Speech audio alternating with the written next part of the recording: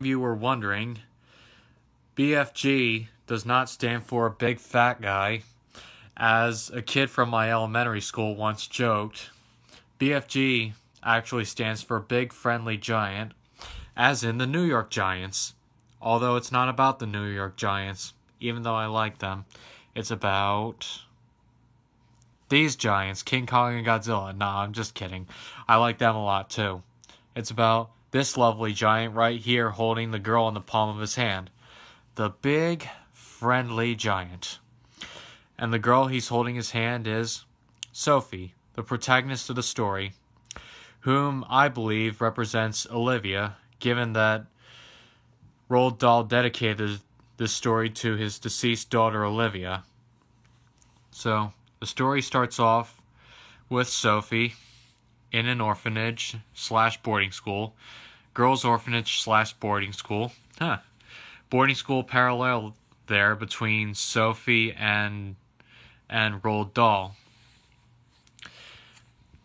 That's one symbolism parallel I see there.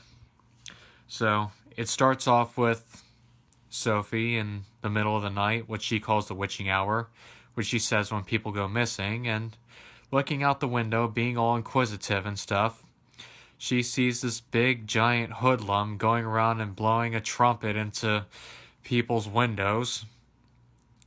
She goes on watching him until he sees her. She tries to run back to her bed and hide under the covers, but the giant's not taken for a fool, and he reaches into the window and grabs her and takes her and runs off to his sky giant land called Giant Country. And once Sophie gets there, she's all scared that the BFG is gonna eat her, all like, "No, please don't eat me." And the BFG is like, "You think I is eating you just because I is a giant?" That's how giants talk in this story, just FYI. Anyways, so the BFG reveals to her that the other giants in Giant Country are man-eaters, or child-eaters. They primarily eat children, but the BFG, because he's such a friendly giant, he's the only one who doesn't eat children. Instead, he eats a repulsive vegetable called snozzcumber, because that's the only thing that grows in Giant Country. So, if giants don't eat children, they have to eat snozzcumber, and the BFG could take fruits and vegetables from gardens, but he doesn't want to steal things. So, he and Sophie become quick friends, and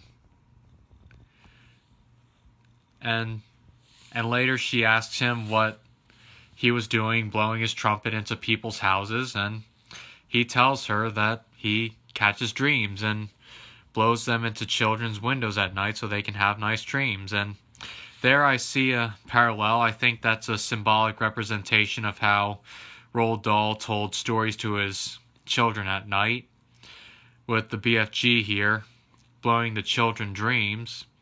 And to be honest, with all this being said, I think Roald Dahl put a lot of himself into the BFG. So, anyways, as the BFG and Sophie are talking and getting to know each other, we start to meet the other giants. The first one is this guy, the Blood Bottler. This isn't what he actually looked like in the book, or either of the films. This is just my own drawing version of him. Doesn't it look good? Yeah, so he goes in demanding who the BFG is talking to, and the BFG tries to cover his butt, all like, "No, I wasn't talking to anybody." And the Blood Bottler's like, "I smell a chilla. Where's the chilla? Give it to me. I wants to eat it." So he drags the BFG around searching for the quote-unquote Chidler, aka Sophie. And then he gets distracted and sees the snozzcumber, and the BFG doesn't know Sophie's hiding in the snozzcumber, so he tries to, in a brilliant move to try and get the Blood Bottler to leave the cave, he's like, "Oh, that's snozzcumber, why don't you have some?" And so the Blood Bottler's like, "Okay, if it's rotsome, I'm smashing it over your head." So, takes a bite of the snozzcumber, he almost swallows Sophie in the process, but not knowing that she's in the Snozcumber, he spits the whole thing out. It tastes like crap to him. And then he basically smashes the whole thing over the BFG's head and leaves the cave in a fit of rage. And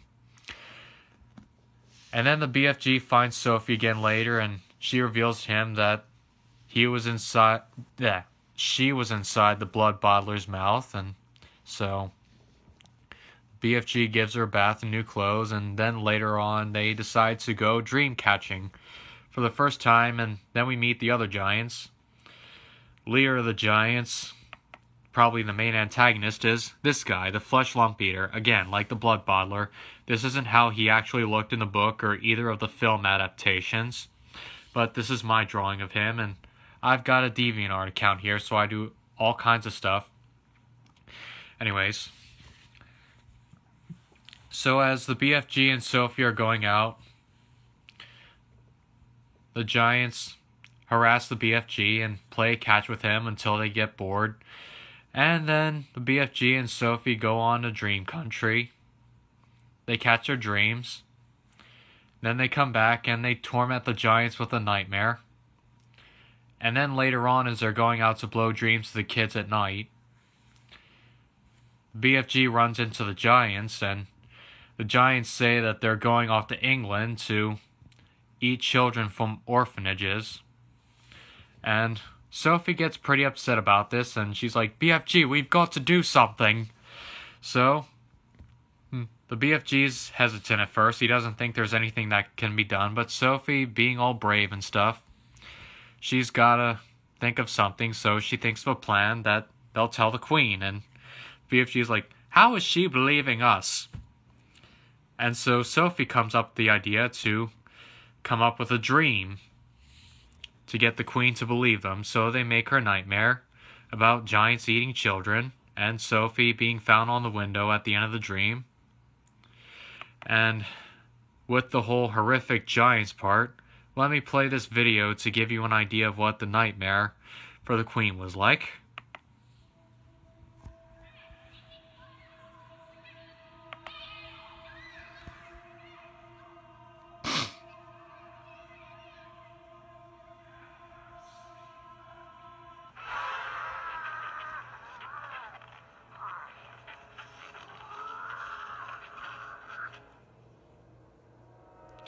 This is the 1989 Don Bluth animated BFG film. Pretty creepy clips, huh?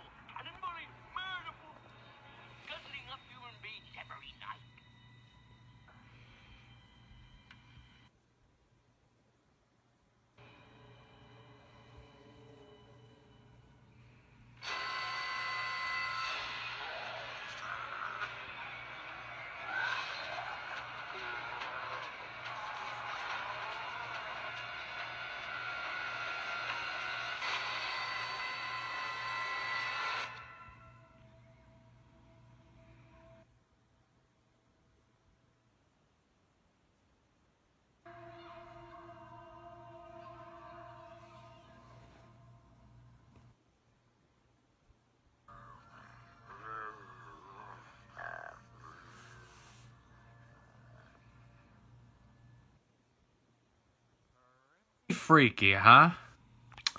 So, after the Queen wakes up from this nightmare, she's talking to her maid all like, "Oh, Mary, I had this horrible dream of giants eating children," and then later they find Sophie on the windowsill behind the curtains, and the maid's like, "Oh, what are you doing there?" And then the queen's like, "No, no, she was part of my dream." And then Sophie calls the BFG, and the BFG gets to meet the queen, and then she and her servants hold this big supper for him, and he and Sophie tell them about how the giants have been eating the children, and so they send out Jack the Giant Killer. Nah, just kidding. They organize a capture of the giants involving the British military.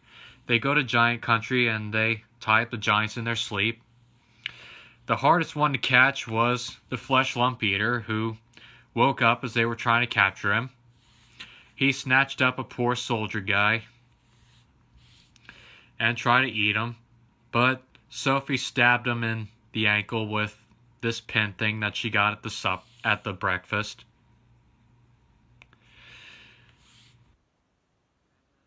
The BFG tied him up. British military brought the giants into captivity. And there were no more giants, and the world was more peaceful.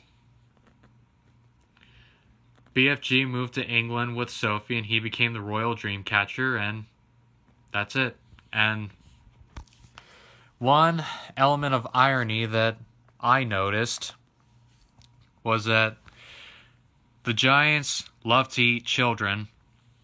They ended the lives of many children, and ironically, one child ended all of their lives of eating children. I mean, of course they didn't die, but they ended up stuck in a hole. After the military captured the giants, they dropped them in this big, deep pit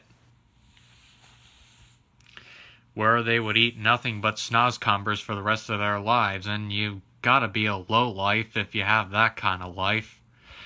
And guess who was forced to be the giant's keeper? It was the lady who ran Sophie's orphanage, Mrs. Clonkers. She was abusive. And as I forgot to mention earlier, I think I saw a parallel there between the principal who got mad at Roald Dahl and the cantankerous orphanage keeper. And given the quote that I read to you guys earlier about how Olivia's life saved a bunch of other children's lives, I see a parallel here with Sophie. With her brave character and stuff, she risked her own life to save a whole bunch more other lives from being ended by the giants. And that's all I have for this part of my presentation, and I hope you guys enjoyed. Happy 4th.